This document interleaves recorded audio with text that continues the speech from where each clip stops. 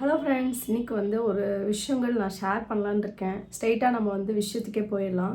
என்னென்னு பார்த்தீங்கன்னா, இந்த ஏரியாவில் நான் இப்போ இருக்கிற ஏரியாவில் ஒரு பிரச்சனை வந்துச்சுன்னு சொன்னேன். குழந்த மேலே கா வண்டி ஏற்றிட்டான். அந்த பிரச்சனை அப்போது சுற்றி இருக்கிறவங்கலாம் என்னென்ன பண்ணாங்க, என்னென்ன ரியாக்ட் பண்ணாங்க அப்படின்றது எனக்கு இப்போ வரைக்குமே சர்ப்ரைஸாக தான் இருந்துச்சு. ஏன்னா நான் இங்கே சென்னைக்கு வந்ததுலேருந்தே யாருக்கிட்டையுமே பிரச்சனைன்னு ஒன்று வச்சுக்க மாட்டேன். யார்கிட்டையும் அந்தளவுக்கு க்ளோஸ் ஆக மாட்டேன். ஓகேவா? ஏன்னா இந்த ஏரியாவில் வந்தோடனே எல்லாருமே என்ன பண்ணாங்கன்னா, எனக்கு ஒரு சுச்சுவேஷன் வந்தப்போ யாருமே ஹெல்ப் பண்ணல. ஒரு மாதத்தில் சரியா நடந்துச்சு. அப்போ நான் அங்கே இருக்கேன். என்னை சுற்றி எல்லாருமே பார்த்துட்டு அப்படியே போயிட்டாங்க. எனக்கு ஆக்சுவலாக சென்னை பிடிக்காது. ரீசன் என்னென்னா, நம்ம திருச்சியிலலாம் வாழும்போது அங்கே ஏதாவது ஒரு இஷ்யூனா பக்கத்து வீட்டுக்காரங்க கேட்பாங்க, எதிர்த்தர வீட்டுக்காரங்க கேட்பாங்க. அது மாதிரி கொஞ்சம் ஹியூமனிட்டியாக நடந்துப்பாங்க. ஒரு சிலவங்க தான் அப்படி இருப்பாங்களாட்டிருக்கு. ஸோ அதனாலேயே நான் என்ன பண்ணுறேன்னா, இந்த வீட்டுக்கு வந்த புதுசில் டிசைட் பண்ணிவிட்டேன், இந்த ஏரியாவில் நம்ம யார்ட்டையுமே பேசக்கூடாது. அதுவும் இல்லாமல் வீட்டை விட்டு வெளியே போகிறதுக்கு நம்ம வேலையே கிடையாது இல்லையா? அதனால நான் மேக்ஸிமம் வெளியே போக மாட்டேன். கெவினோட இன்சிடெண்ட்டுக்கு அப்புறம் கெவின் அந்த சின்ன குழந்தை மேலே சைக்கிளை ஏற்றுனதுக்கப்புறம் நான் அன்றைக்கி நடந்தது என்னென்னா, நான் என் பையனை திட்டிகிட்டு இருக்கும்போது திட்டாதீங்க, நான் பேசுகிறேன்னு சொல்லிட்டு ஃபஸ்ட்டு அந்த குழந்தைய தான் தூக்குனேன். குழந்தைய தூக்கி அந்த காலில் என்னாச்சு அப்படின்னு சொல்லி பார்க்கும்போது பிளட்டு வரலன்றோடனே எனக்கு டவுட் ஆயிடுச்சு. ஓகே, ஏதோ ஃப்ராக்சர் ஆகிருக்குமோன்னு பயத்திலே இருந்தேன். நான் குழந்தையோட காலை எடுத்து தான் ஃபஸ்ட்டு பார்த்தேன். அந்த குழந்தைய சமாதானப்படுத்துறதுக்கு தான் நான் ட்ரை பண்ணிட்டு இருந்தேன் ஒழிய என் குழந்தைய நான் பார்க்கல. சரியா?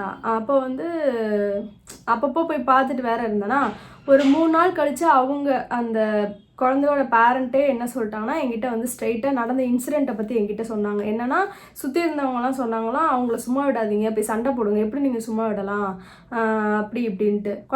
குழந்தை மேலே இது மாதிரி ஏற்றலாமா? அதாவது அவங்க என்னன்னா, நான் குழந்தை மேலே வண்டி ஏற்றிட்ட மாதிரி அப்படி இது பண்ணுறாங்க. ஏற்றுனது சின்ன குழந்தை, இப்போ தான் வளர்ந்து வருது. அந்த குழந்தைக்கு என்ன தெரியும்? என் பையனுக்கு என்ன தெரியும்? அது விளாட்ற கேப்பில் திடீர்னு இந்த பாப்பா குறுக்கால வந்துருச்சான். அதனால் காலில் ஏற்றிட்டான். அதுவும் இல்லாமல் பின்னாடி ஒரு பையன் துரத்திக்கிட்டே இருந்தனால ஃபாஸ்ட்டாக வந்திருக்கான். தண்ணியை மூஞ்சில் அப்படி பீச்சு அடிக்கவும் அவனுக்கு தெரில எங்கே இருக்குன்னு தெரியலாமல் டக்குன்னு அந்த குழந்தையும் குறுக்கால ஓடி வரவும் இது மாதிரி ஒரு இன்சிடென்ட் நடந்துடுச்சு. ஸோ அதை பற்றி யாருமே பேசாமல் ஒரு 2-3 பேர் கூப்பிட்டு சொன்னாங்களாம்மா, இது மாதிரி அவங்கள சும்மா விடாதீங்க, இது பெரிய பிரச்சனையாக ஆக்குனா தான் அவங்களாம் சரி வருவாங்க அப்படின்ட்டு. அந்த அளவுக்கு இங்கே எதுவுமே என் சைடுலேருந்து ரியாக்ட் ஆகலை. நான் ஏதாவது உங்களுக்கு அகெயின்ஸ்டாக இல்லை, நீங்கள் இதுக்கு நான் பொறுப்பு கிடையாது, இந்த குழந்தைக்கு அடிப்பட்டதில் எனக்கும் அதுக்கும் சம்மந்தமே இல்லை, நான் ஏதாவது சொன்னேன் அப்படின்னா அவங்க அந்தளவுக்கு ரியாக்ட் பண்ணியிருக்கலாம். கம்பல்சரி நானே விட்டே வைக்க மாட்டேன். குழந்தை மேலெலாம் இது மாதிரி பண்ணிவிட்டு திமிரா பேசினா. நான் திமிரா பேசவே இல்லை. இப்போ அதனால தான் குழந்தையோட பேரண்ட்டே என்கிட்ட உண்மையை சொல்கிறாங்க. இது மாதிரிலாம் ஏற்றி விட்டாங்க, பக்கத்து வீட்டுக்காரவங்களாம் இது மாதிரிலாம் எனக்கு சொன்னாங்க. அப்போ தான் நான் சொன்னேன், அவங்களே என்கிட்ட குழந்தைக்கு ஆக வேண்டிய செலவெலாம் நான் பார்த்துக்கிறேன்னு சொல்லிட்டாங்க. இதனால பெருசாலாம் இதை கொண்டு போக வேண்டாம் அப்படின்னு சொல்லிட்டு நான் சொல்லிட்டேங்க அப்படின்னு சொல்லிட்டு என்கிட்ட சொன்னாங்க. நான் என்ன சொல்கிறேன்னா, ரோட்டில் யாருக்காவது சண்டைனா ஊதி ஊதி ஊதி ஊதி அது பெருசாக்கிறதுக்கு தான் பார்ப்பாங்க போல். இந்த ஊர்லையா இல்லை ஒரு சில மனிதர்கள் அப்படி தான் இருப்பாங்க. 2 பேத்துக்குள்ளே சண்டையா சிண்டு மூட்டி விட்டு சண்டை போட விட்டு ஏரியாவில் உட்காந்து வேடிக்கை பார்க்கணும். ஓகேவா? இதுதான் அவங்களோட கான்செப்டே. பிள்ளைக்கு அடிபட்டிருக்கு, அதுக்கு என்ன ஆச்சு, அது என்ன இருக்குது, மனநிலைமையில் இருக்குது, அந்த பையன் என்ன மனநிலைமையில் இருக்கான்றதெல்லாம் யோசிக்க மாட்டாங்க. ஏன்னா என் பையன் டெய்லியுமே ஃபீல் பண்ணுவான், அம்மா அந்த பாப்பா போய் பார்க்கலான்ட்டு.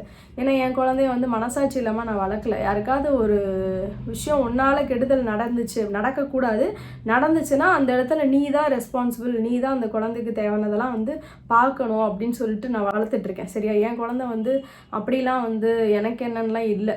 அப்படி இருக்கும்போது நானுமே அது மாதிரி இல்லை. அந்த குழந்தைக்கு தேவையானதை என்ன தான் நம்ம பணத்தால் கொடுத்தாலும் அது பட்ட கஷ்டம் எனக்கு என்னென்னு ஃபீல் ஆகுது. நான் அந்த டைம்லலாம் கொஞ்சம் அழுதேன், இப்படி ஆயிடுச்சு அப்படின்ட்டு. காலோட இந்த இடம் இருக்குல்ல, இந்த கால்னா இந்த இடம் இருக்குல்ல, இந்த இடத்துல ஃப்ராக்சர் ஆகி கிட்டத்தட்ட 4 தடவை அந்த பாப்பா இது போட்டிருந்தா, மாவு கட்டு போட்டிருந்தா. ரொம்ப கஷ்டமாக இருந்துச்சு. நல்லா ஓடி ஆடி விளாடுவா. எப்போவுமே ரோட்டில் தான் இருப்பாள், தனியாக விளாண்டுட்டு இருப்பாள்.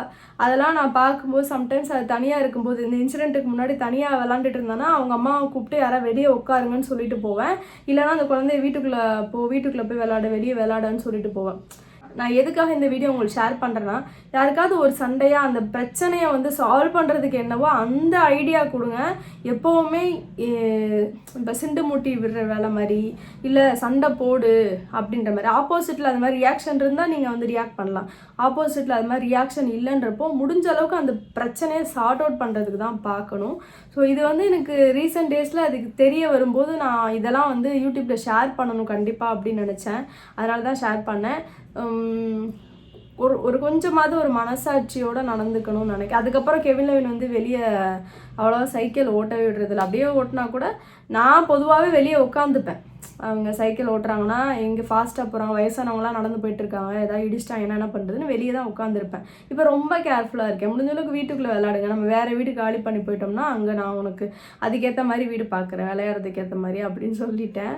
ஸோ இப்போ மெயினாக நாங்கள் வீடு காலி பண்ணதுக்கு முக்கியமான ரீசனும் இது தான். அவங்க காலி பண்ண சொன்னதுக்கு ரீசனும் 80% இது தான்.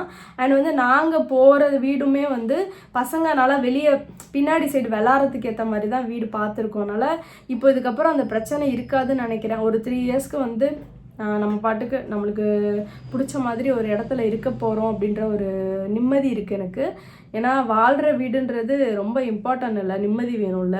அதுக்காக இந்த வீடியோ மூலயமா நீங்கள் என்ன தெரிஞ்சுக்கிறீங்க, உங்கள் பாயிண்ட் ஆஃப் வியூவில் என்னன்னு நீங்கள் சொல்லுங்கள். நான் சொல்கிறது கரெக்டாக தப்பான்றதை நீங்கள் வந்து என்கிட்ட கமெண்டில் ஷேர் பண்ணலாம். தேங்க்யூ ஃபார் வாட்சிங். அடுத்து ஒரு சூப்பரான வீடியோவில் பார்க்கலாம். அதுவரை நான் உங்கள் சுஜிதா. பாய்.